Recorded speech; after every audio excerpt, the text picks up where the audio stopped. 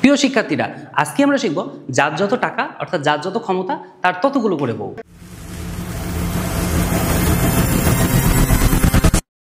আসসালামু আলাইকুম প্রিয় শিক্ষার্থীরা, আশা করি তোমরা সকলেই ভালো আছো। আজকে আমরা রাসায়নিক বন্ধন অধ্যায়ের যৌগ গঠন প্রক্রিয়া এবং অষ্টক সংকোচন এবং সম্প্রসারণ সম্বন্ধে জানব।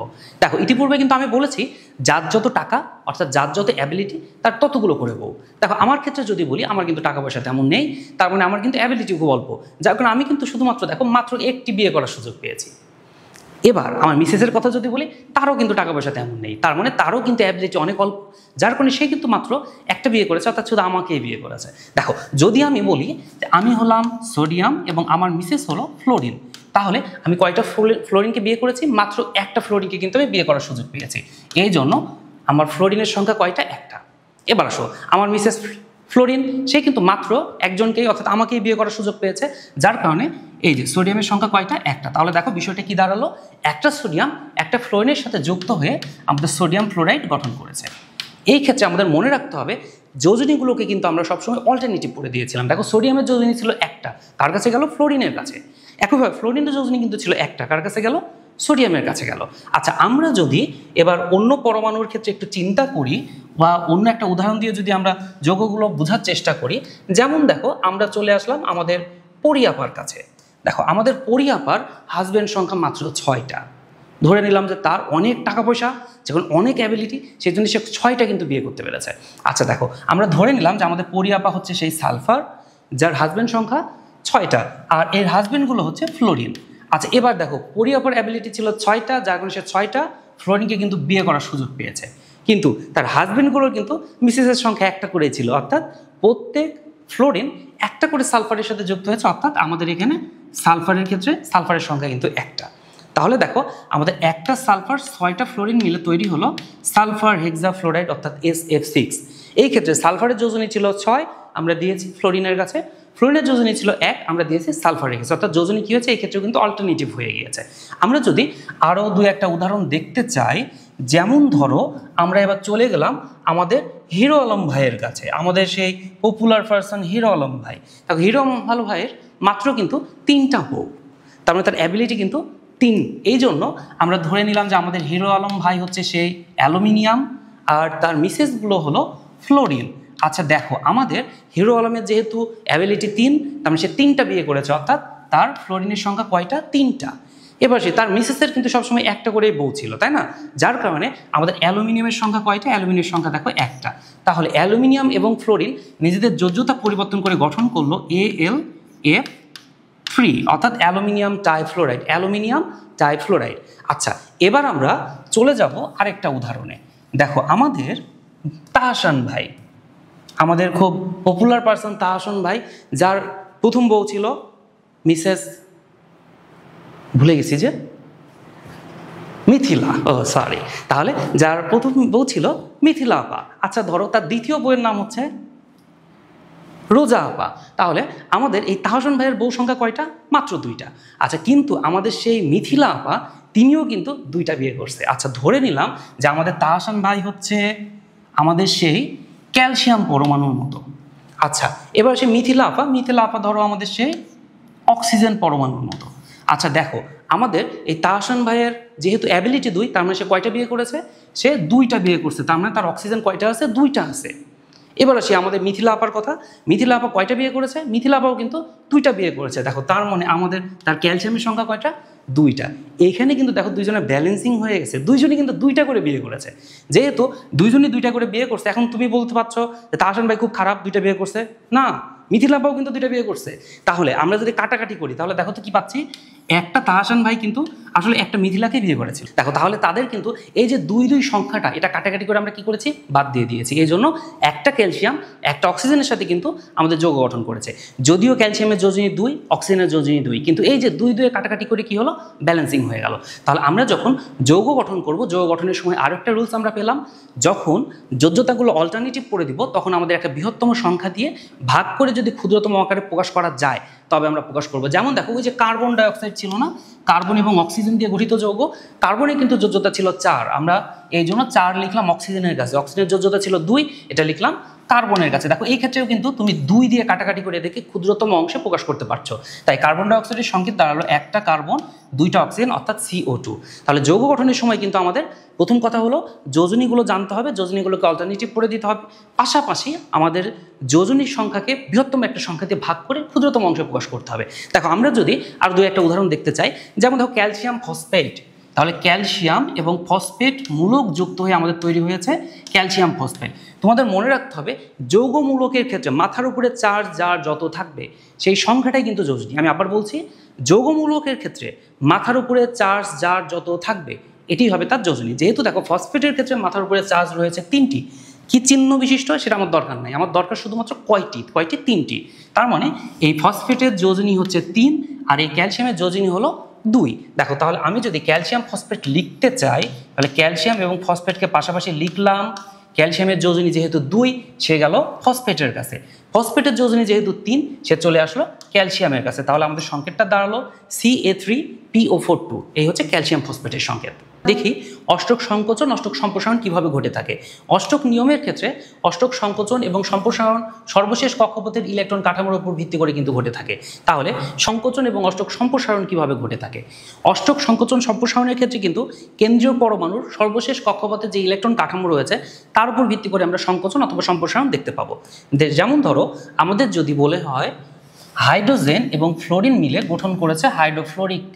এই হাইড্রোফ্লোরিকের ক্ষেত্রে আমাদের দেখো যেহেতু একটা হাইড্রোজেন একটা ফ্লোরিনের সাথে যুক্ত হয়েছে, আমি ধরে নিলাম যে এই পাশে রয়েছে আমাদের হাইড্রোজেন পরমাণু যার সর্বশেষ কক্ষপথে ইলেকট্রন রয়েছে 1টি, আর এই পরমাণুটা হলো আমাদের ফ্লোরিন পরমাণু যার সর্বশেষ কক্ষপথে ইলেকট্রন সংখ্যা 7টি। তাহলে এই হচ্ছে ফ্লোরিন পরমাণু সর্বশেষ কক্ষপথে ইলেকট্রন সংখ্যা হচ্ছে 7টি। আচ্ছা আমাদের দেখো সর্বশেষ কক্ষপথের ইলেকট্রন কাঠামোর উপর ভিত্তি করে আমাদের পরমাণুটা সুস্থিতিশীল হবে কিনা এটা কিন্তু নির্ভর করে। আমরা দেখতে পাচ্ছি আমাদের যে হাইড্রোজেন পরমাণু আছে সেই হাইড্রোজেন পরমাণুটা একটু আকারে ছোট, সর্বশেষ কক্ষপথে মাত্র 2টি ইলেকট্রন, আর ফ্লোরিন পরমাণু একটু আকারে বড়, 2টা কক্ষপথ, সর্বশেষ কক্ষপথে 8টি ইলেকট্রন। দেখো আমরা জানি পরমাণুর সর্বশেষ কক্ষপথে যদি 8টি ইলেকট্রন থাকে তবে এটি নিকটতম নিষ্ক্রিয় গ্যাসের ইলেকট্রন কাঠামো অর্জন করতে পারে। আর নিকটতম নিষ্ক্রিয় গ্যাসের ইলেকট্রন কাঠামো যদি অর্জন হয়ে যায় তাহলে কিন্তু পরমাণু সুস্থিতিশীল হয়। এই জন্য আমার ফ্লোরিন পরমাণুর সর্বশেষ কক্ষপথে দেখো তো কয় জোড়া, ফ্লোরিন পরমাণুর সর্বশেষ কক্ষপথে আমি ইলেকট্রন পেয়েছি দেখো 1 জোড়া, 2 জোড়া, 3 জোড়া, 4 জোড়া। তার মানে এখানে কিন্তু 4 জোড়া ইলেকট্রন অলরেডি চলে এসেছে, তার মানে এটি কিন্তু অষ্টক নিয়ম মেনেছে। তাহলে অষ্টক নিয়মটা আসলে কি দাঁড়ালো? আমরা এভাবে বলবো যে যৌগ গঠনকালে পরমাণুর সর্বশেষ কক্ষপথে যদি 8টি ইলেকট্রন থাকে বা 4 জোড়া ইলেকট্রন থাকে তবে এটা সুস্থিতিশীল হয়। যেমন দেখো এখানে কিন্তু ফ্লোরিন পরমাণুটা সুস্থিতিশীলতা প্রাপ্ত হয়েছে। কিন্তু এবার কথা হলো আমাদের যে হাইড্রোজেন পরমাণু রয়েছে সে কি সুস্থিতিশীল নয়? সেও কিন্তু সুস্থিতিশীল। তখন এই হাইড্রোজেনটা কিন্তু 2টা ইলেকট্রন যুক্ত, অর্থাৎ আমাদের নিকটতম নিষ্ক্রিয় হিলিয়ামের মতো কিন্তু সে আচরণ করছে। তাহলে এই ক্ষেত্রে হাইড্রোজেনের কিন্তু অষ্টক নিয়ম পূরণ হয়নি, কিন্তু তারপরেও সে সুস্থিতিশীল। আর এই সুস্থিতিশীলতা ব্যাখ্যা দেওয়ার জন্য আমরা নতুন একটা নিয়ম আবিষ্কার করেছি, যে নিয়মের নাম হচ্ছে 2N নিয়ম। আচ্ছা 2N নিয়ম মানে কি? 2N নিয়ম মানে দেখো আমাদের সব পরমাণুই কিন্তু সর্বশেষ কক্ষপথে জোড়া জোড়া ইলেকট্রন ধারণ করে, কারণ তোমরা আগে থেকে জানো যে জোড়া অবস্থায় পরমাণুগুলো সুস্থিতিশীল থাকে। এই জন্য প্রত্যেক পরমাণুর সর্বশেষ কক্ষপথে 1 বা একাধিক জোড়া ইলেকট্রন থাকলে তারা সুস্থিতিশীল হবে। এটাকে আমরা বলবো 2N নিয়ম। তাহলে সবারই টেন্ডেন্সি কি? জোড়া গঠন করা। সবারই টেন্ডেন্সি কি? জোড়া গঠন করা। আর এই জন্য পরমাণুর সর্বশেষ কক্ষপথে 1 বা একাধিক জোড়া ইলেকট্রন থাকলে তারা সুস্থিতিশীল হয়। এই জন্য আমরা ফ্লোরিন পরমাণুকে 2N নিয়ম অষ্টক নিয়ম দ্বারা সুস্থিতিশীল বলতে পারি, কারণ এর ক্ষেত্রে 4 জোড়া ইলেকট্রন রয়েছে, তার মানে সে অষ্টক নিয়মও মানছে, 2N নিয়মও মানছে। আর হাইড্রোজেন পরমাণুর ক্ষেত্রে সর্বশেষ কক্ষপথে যেহেতু 1 জোড়া ইলেকট্রন রয়েছে, তার মানে সে কিন্তু শুধুমাত্র 2N নিয়ম মানছে, অষ্টক নিয়ম সে মানেনি। আচ্ছা এবার আমরা চলে আসি এই সকল যৌগের ক্ষেত্রে 8টির কম বা বেশি ইলেকট্রন থাকে তাদের ক্ষেত্রে কিন্তু অষ্টক নিয়ম মানে না। সেই ক্ষেত্রে 2 ধরনের ঘটনা ঘটতে পারে। কি কি ঘটনা? একটি হলো অষ্টকের সংকোচন। সংকোচন শব্দের অর্থ কিন্তু সংকুচিত হয়ে যাওয়া, অর্থাৎ কমে যাওয়া। তার মানে যে সকল ক্ষেত্রে 8টির কম ইলেকট্রন থাকবে তাদেরকে আমরা কি বলবো? অষ্টকের সংকোচন বলবো। আর আরেকটি হলো অষ্টকের সম্প্রসারণ। সম্প্রসারণ শব্দের অর্থ হলো সম্প্রসারিত হয়ে যাওয়া, বেশি হয়ে যাওয়া, অর্থাৎ আমাদের ধরো যে সকল ক্ষেত্রে 8টির বেশি ইলেকট্রন থাকবে তাদেরকে আমরা বলবো অষ্টকের সম্প্রসারণ। আমরা কয়েকটা উদাহরণ দেখি যে কারা অষ্টক সংকোচন দেয়, কারাই বা অষ্টক সম্প্রসারণ দেয়। যেমন ধরো আমাদের সবচেয়ে কমন যে সকল উদাহরণগুলো রয়েছে এর মধ্যে বেরিলিয়াম ক্লোরাইড অষ্টকের সংকোচন দেয়, বোরন টাইফ্লোরাইড BF3 অষ্টকের সংকোচন দেয়।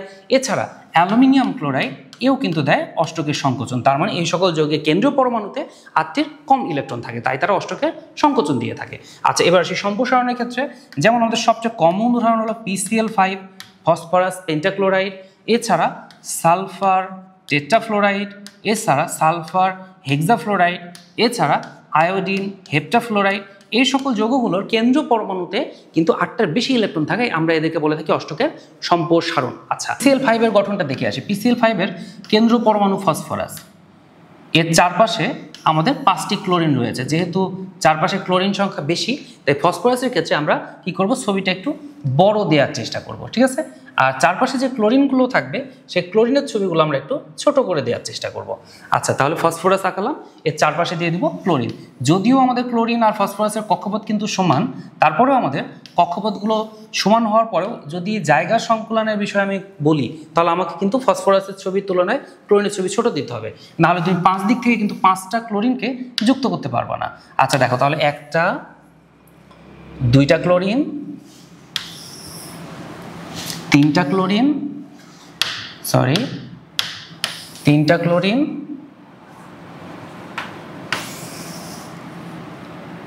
আমরা উপরে আরো 2টা ক্লোরিন দিয়ে দিব, 4টা ক্লোরিন এবং 5টা ক্লোরিন। এই আমাদের PCl5 গঠিত হয়ে গেছে।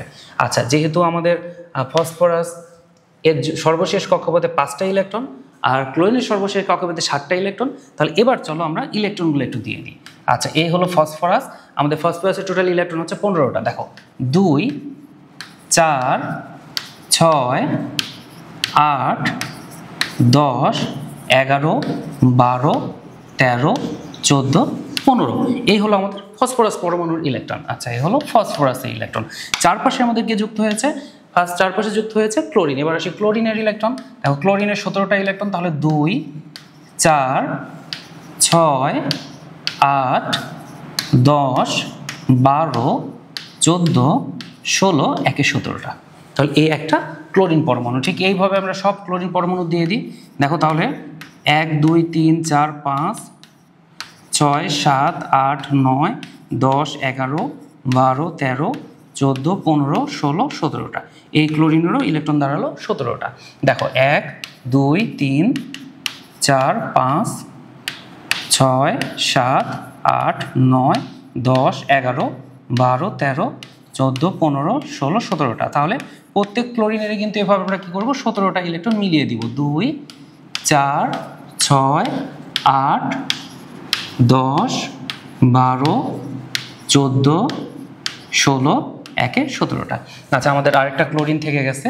দেখো তাহলে এই ক্লোরিনের ক্ষেত্রে 1 2 3 4 5 6 7 8 9 10 11 12 13 14 15 16 17টা। তাহলে দেখো, প্রত্যেক ক্লোরিনের ক্ষেত্রে আমরা দেখতে পাচ্ছি সর্বশেষ কক্ষপথে কিন্তু ইলেকট্রন রয়েছে কয়টি করে, ইলেকট্রন রয়েছে কিন্তু সর্বশেষ কক্ষপথে প্রত্যেক ক্লোরিনের 4 জোড়া করে, মানে 8টি করে। দেখো তাহলে 1 2 3 4, তাহলে প্রত্যেক ক্লোরিনের ইলেকট্রনের সংখ্যা 4 জোড়া করে। তাহলে ক্লোরিন কিন্তু এখানে অষ্টক নিয়ম মেনেছে। আমরা আসি কেন্দ্র পরমাণু ফসফরাসের ক্ষেত্রে। দেখো, কেন্দ্র পরমাণু ফসফরাসের ক্ষেত্রে 1 জোড়া 2 জোড়া 3 জোড়া 4 জোড়া 5 জোড়া। তাহলে ফসফরাসের ক্ষেত্রে আমরা কি দেখতে পাচ্ছি, এখানে 5 জোড়া ইলেকট্রন রয়েছে, মানে 8টির বেশি ইলেকট্রন রয়েছে, তাই সে কিন্তু অষ্টকের সম্প্রসারণ ঘটিয়েছে। কি ঘটিয়েছে, অষ্টকের সম্প্রসারণ ঘটিয়েছে। দেখো তাহলে সংকোচনের ক্ষেত্রে আমরা মনে রাখবো কেন্দ্র পরমাণুতে 8টার কম ইলেকট্রন থাকবে, আর সম্প্রসারণের ক্ষেত্রে আমরা মনে রাখবো কেন্দ্র পরমাণুতে 8টার বেশি ইলেকট্রন থাকবে। আমাদের এই অংশ থেকে কিন্তু পরীক্ষার জন্য সবচেয়ে গুরুত্বপূর্ণ টপিকস হচ্ছে PCl5 এর গঠন। এটা কম্পেয়ার করতে পারি আমরা PCl3 এর সাথে। PCl3 এর ক্ষেত্রে অষ্টক নিয়ম মানবে, বাট PCl5 কিন্তু অষ্টক নিয়ম মানবে না। আর এছাড়া আসতে পারে SF2 অর্থাৎ sulphur difluoride, sulphur টেট্রাফ্লোরাইড, sulphur hexafluoride. তাহলে এই ক্ষেত্রে সালফারের ক্ষেত্রে আমরা কেন্দ্র পরমাণু সালফার রাখিয়ে দুই পাশে 2টা ফ্লোরিন দিয়ে ডাইফ্লোরাইড, চারপাশে 4টা ফ্লোরিন দিয়ে টেট্রাফ্লোরাইড, আর 6 দিকে 6টা ফ্লোরিন দিয়ে আমরা হেক্সাফ্লোরাইড আঁকাতে পারি। আমাদের মূলত এই 3টা থেকে পরীক্ষায় বেশি প্রশ্ন আসে যে অষ্টক নিয়ম মেনেছে নাকি মানেনি। আচ্ছা, তাহলে আমরা আশা করছি যে এই টপিকস থেকে প্রশ্নগুলো আমরা খুব ইজিলি নোট করতে পারবো বা সুন্দর করে পরীক্ষায় উপস্থাপন করতে পারবো। তবে ছবি কিন্তু আবশ্যক, ছবি ছাড়া কিন্তু উত্তর গ্রহণযোগ্যতা থাকবে না। তাহলে আজকের মতো এই পর্যন্তই।